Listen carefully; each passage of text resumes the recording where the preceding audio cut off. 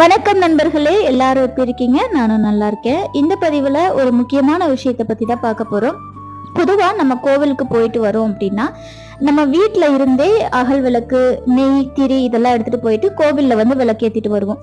இது நம்ம எல்லாரும் செய்யற விஷயம்தான். ஒரு சில நேரத்துல நம்ம எதிர்பார்க்காம கோவிலுக்கு போயிடுறோம் அப்படின்னா அந்த நேரத்துல நம்மளால விளக்கேத்தாம வர முடியாது. ஏன்னா ஒரு சிலருக்கெல்லாம் வந்து கோவிலுக்கு போனாலே தீபம் ஏத்திட்டு வரணும் அப்படிங்கிறத மனசுல பதிய வச்சுட்டு இருப்பாங்க.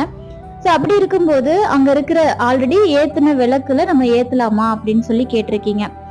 அதாவது நம்ம வந்து எப்பவுமே நம்ம வீட்ல இருந்து எடுத்துட்டு போற விளக்குலதான் ஏத்தணும். அப்படி இல்லை அப்படின்னா அங்க போய் வாங்கி நம்ம வந்து விளக்கு ஏத்தலாம்.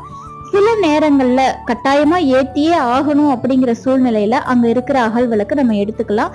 எடுத்து அப்படியே ஏத்தாம அதை சுத்தம் செஞ்சுட்டு அதுக்கப்புறம் நம்ம வந்து புதுசா நெய் போட்டு திரி போட்டு விளக்கு ஏத்தலாம். ஸோ என்னுடைய சகோதரருக்காக இந்த பதிவு.